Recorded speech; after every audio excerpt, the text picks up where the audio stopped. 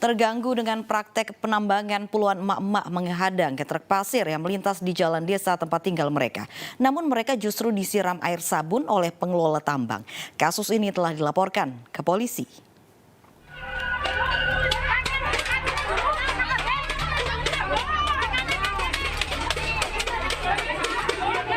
Inilah aksi puluhan emak-emak warga desa Kemangkon, Purbalingga, Jawa Tengah saat menghadang truk pasir yang melintas di jalan desa mereka. Emak-emak ini protes karena terganggu aktivitas tambang dan lalu lalang truk pasir. Namun aksi protes ini diwarnai serangan air sabun oleh pengelola tambang. Akibatnya sejumlah emak-emak mengeluhkan pedih di mata akibat serangan air sabun.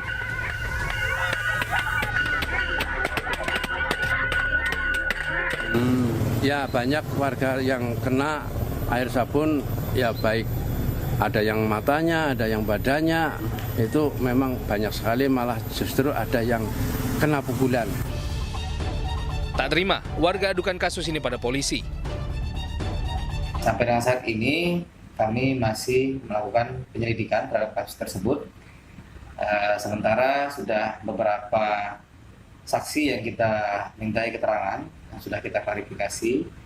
Nanti selanjutnya para pihak dan para saksi lainnya akan kita periksa dan kita akan kumpulkan bukti-bukti. Protes warga atas aktivitas tambang dipicu rusaknya jalan desa. Warga menuding tingginya aktivitas lalu lalang truk pasir bertonase besar sebagai penyebab jalan desa rusak. Warga mendesak pengelola membatasi lalu lalang truk pengangkut pasir, namun tidak dihiraukan. Dari Purbalingga, Jawa Tengah, Catur Edi Purwanto, iNews melaporkan. Pemirsa, seorang anak di Kabupaten Empat Lawang, Sumatera Selatan gelap mata membakar rumah ibunya karena persoalan harta warisan. Pelaku menuntut warisan sang ayah setelah mengetahui ibu kandungnya telah menikah lagi dengan pria lain.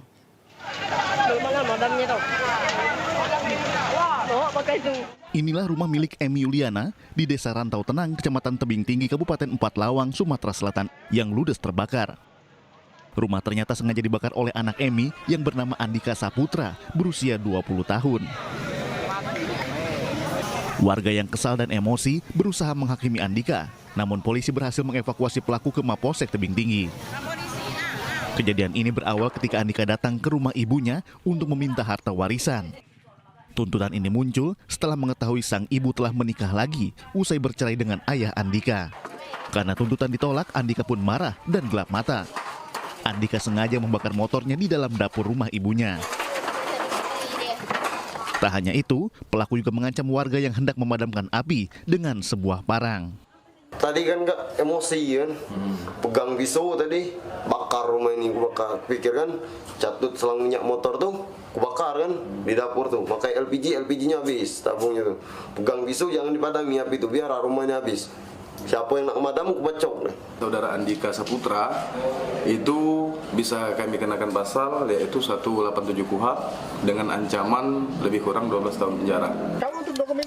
Akibat ulah Andika, rumah dan uang tunai sebesar 13 juta rupiah milik ibunya habis terbakar. Pelaku pun kini harus mendekam di balik jeruji besi akibat perbuatannya. Dari Kabupaten Empat Lawang, Sumatera Selatan, Amri Wijaya, iNews melaporkan. Gara-gara cekcok saat hendak makan sahur, seorang pemuda di Trenggalek, Jawa Timur tega membunuh ayah kandungnya. Salah seorang tetangga yang berusaha melerai juga dianiaya pelaku.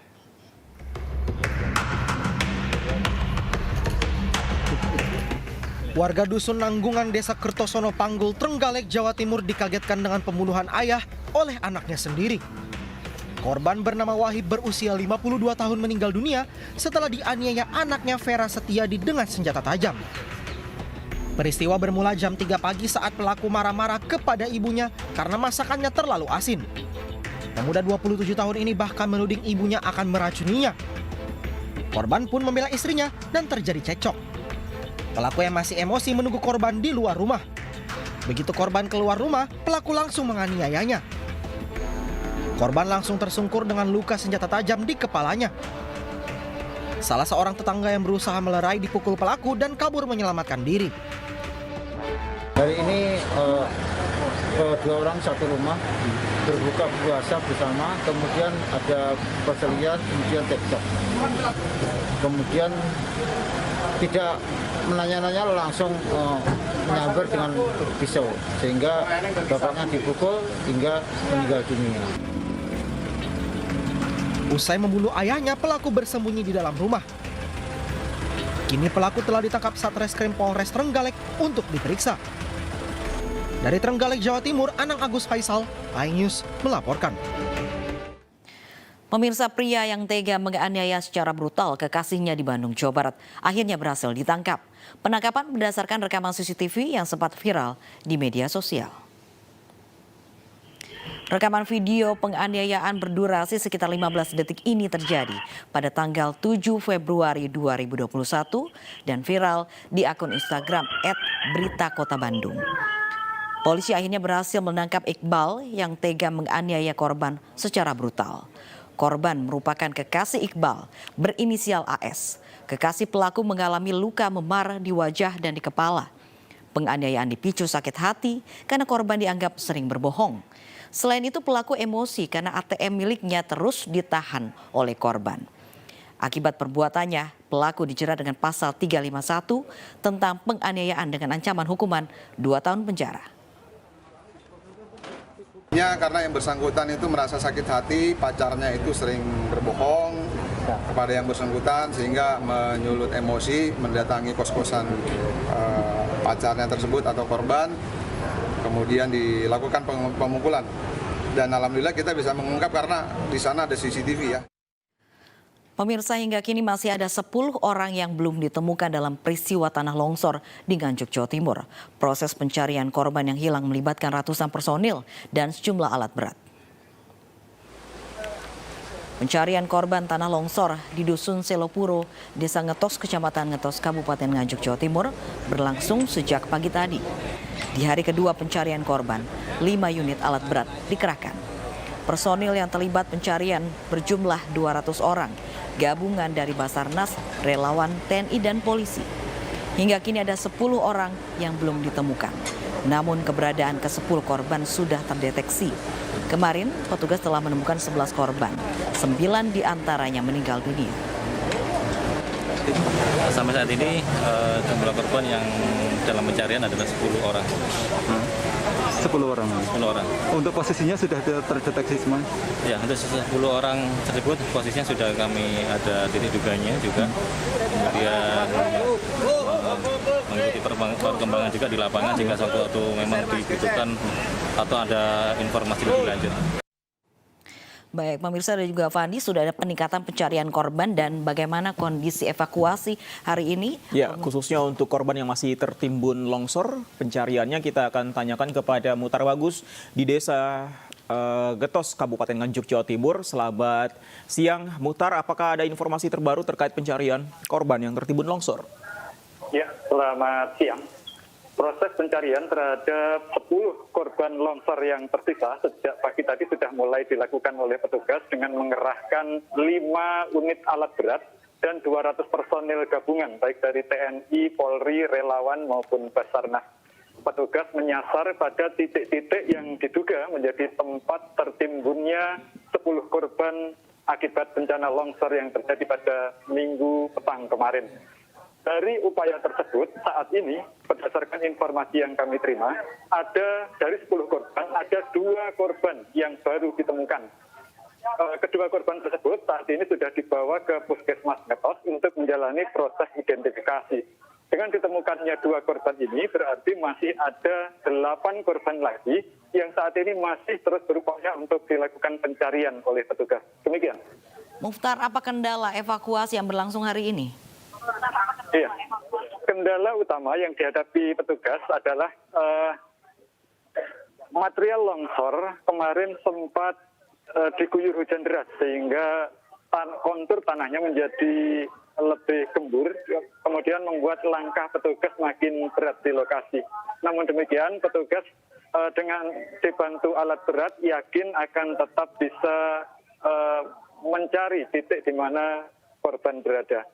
Kemudian selain itu, ketebalan tanah yang menimbun para korban atau menimbun puing-puing rumah para korban ini juga sangat tebal, sehingga petugas juga harus bekerja ekstra keras untuk menemukan para korban. Selain menggunakan 5 unit alat berat dan mengerahkan 200 personil, petugas saat ini juga menggunakan unit anjing pelacak untuk membantu mendeteksi di mana posisi korban berada. Demikian. Sudah diketahuikah titik-titik fokus dari penggunaan anjing pelacak tersebut untuk 8 korban? Muhtar? Ya, berdasarkan keterangan dari Farid, koordinator Basarnas yang sempat kami konfirmasi pagi tadi, titik di mana korban tertimbun sudah dideteksi oleh petugas. Di antaranya adalah disesuaikan dengan posisi rumah korban yang hancur. Karena pada saat peristiwa longsor ini terjadi, seluruh korban sedang berada di rumahnya.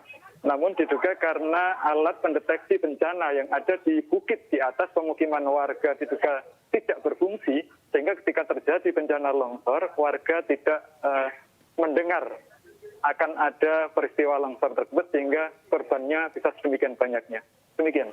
Mukhtar, apakah betul ada warga yang memang hari ini berusaha kembali ke rumah mereka yang terdampak longsor untuk mencari harta benda mereka? Ya, memanfaatkan waktu sebelum petugas melakukan proses pencarian pagi tadi, diam-diam sejumlah warga pulang ke rumahnya. Walaupun dilarang, sejumlah warga ini nekat karena mereka ingin menyelamatkan atau mencari harta bendanya yang mungkin masih bisa diselamatkan. Beberapa warga yang nekat pulang ke rumahnya, tadi ada yang sempat mengamankan televisi, kemudian baju-baju, uang, dan lain sebagainya. Karena barang seperti baju saat ini sangat diperlukan oleh warga, karena sejak mereka diungsikan, mereka juga tidak sempat membawa barang-barang penting tersebut. Sehingga untuk baju ganti dan sebagainya, warga tidak punya dan mengandalkan bantuan dari petugas. Baik. Demikian. Kalau warga yang menonton, kalau kemarin banyak sekali warga yang menonton proses evakuasi. Saat ini masih banyakkah warga yang menonton di lokasi? Ya, berbeda dengan situasi kemarin, hari ini, sejak kemarin sebenarnya polisi sudah menjanjikan untuk melakukan sterilisasi lokasi. Dan janji itu hari ini dibuktikan dengan petugas melakukan penghadangan kepada warga yang akan bergerak menuju ke lokasi terjadinya bencana longsor. Petugas melakukan sterilisasi di beberapa titik, diantaranya adalah di jalan masuk menuju Kecamatan Ngetos. Sehingga lokasi pencarian para korban saat ini relatif steril, walaupun masih ada warga yang berhasil menerobos, namun jumlahnya tidak begitu banyak seperti kemarin, sehingga tidak terlalu mengganggu bagi petugas yang beraktivitas melakukan pencarian.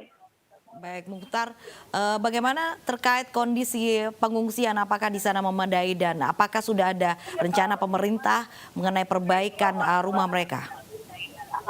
Ya, untuk para pengungsi saat ini ada sekitar 120 orang pengungsi yang ditempatkan oleh petugas dalam satu gedung di SD Negeri 3 Ngetos.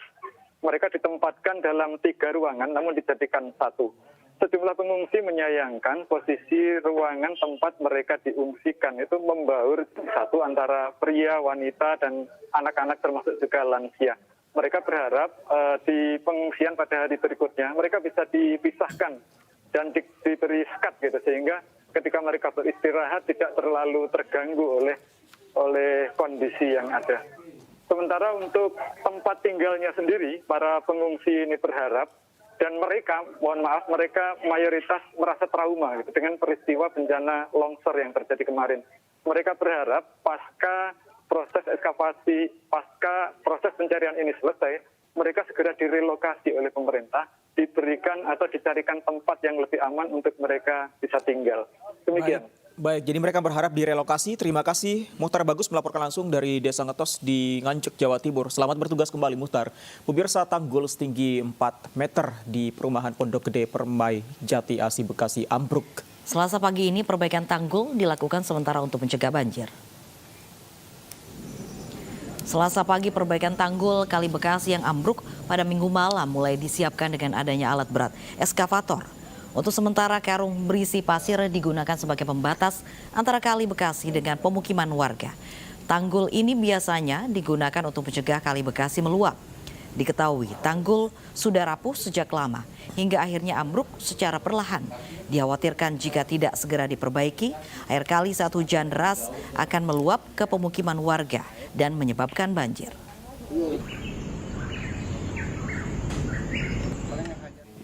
Dan untuk mengetahui kondisi terkini kita sudah terhubung dengan Armalina di Jati Asih, Bekasi, Jawa Barat.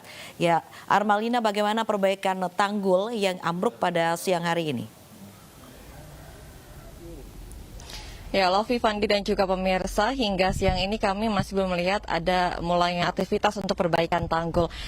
Namun memang sejumlah persiapan ini sudah mulai dilakukan dengan sudah ada sejumlah alat berat seperti eksavator yang nantinya ini akan mulai ada perbaikan. Dan dari penjelasan RT setempat bahwa ambruknya tanggul setinggi 4 meter yang berada di perumahan Pondok Gede Permai Jati Asih, Bekasi ini karena tanah yang berada di bawah tanggul ini tergerus oleh air kali yang memang sangat sebelahan dengan antara pembatasan tanggul ini dengan pemukiman warga.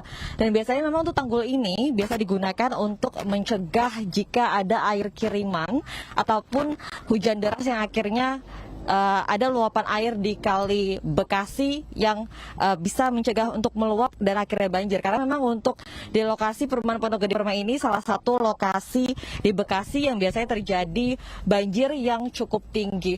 Dan memang untuk sampai saat ini proses perbaikan belum dilakukan, namun sejumlah persiapan ini sudah dilakukan begitu, dan dikhawatirkan memang untuk jika tidak segera diperbaiki atas amblasnya tanggul yang berada di perumahan Pondok Gede Permai ini, akan ada luapan air ataupun banjir setinggi hingga 3 meter di kawasan pemukiman warga karena memang lokasinya sangat bersebelahan dengan Kali Bekasi dengan pemukiman warga ini. Lovi dan juga Fandi. Baik, terima kasih Armalina melaporkan langsung dari Jati Asih, Bekasi, Jawa Barat. Pemirsa, hujan deras yang mengguyur kawasan kota Bekasi, Jawa Barat menyebabkan ratusan rumah warga di Kafling, Buaran terendam banjir. Tidak hanya permukiman, banjir juga merendam bangunan sekolah. Beginilah kondisi permukiman warga di Kafling, Buaran Jaya, kota Bekasi, Jawa Barat yang terendam banjir. Tinggi banjir mencapai 80 cm yang dipicu hujan deras yang terjadi sejak Selasa dini hari. Tidak hanya permukiman, banjir juga merendam gedung sekolah.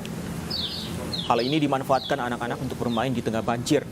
Banjir menjadi yang ke-6 sejak awal tahun. Meski demikian, tidak ada satupun pompa penyedot air yang berfungsi untuk mengatasi banjir. Udah di kalinya udah dibikin gitu tanggul katanya nggak banjir, ternyata banjir juga. Saluran air sini juga udah dibagusin, ternyata masih banjir juga ya. Udah sering aja ujukan itu, tapi belum ada solusi untuk diberikan pompanya. Berarti kalau disedot agak cepat mungkin Pak ya surutnya? Insya Allah sih, biasanya kalau disedot sedot. Kalau begini biasa agak lama Pak kondisi? Lama Pak, lama, soalnya kan pengeluaran dari sananya tuh lambat.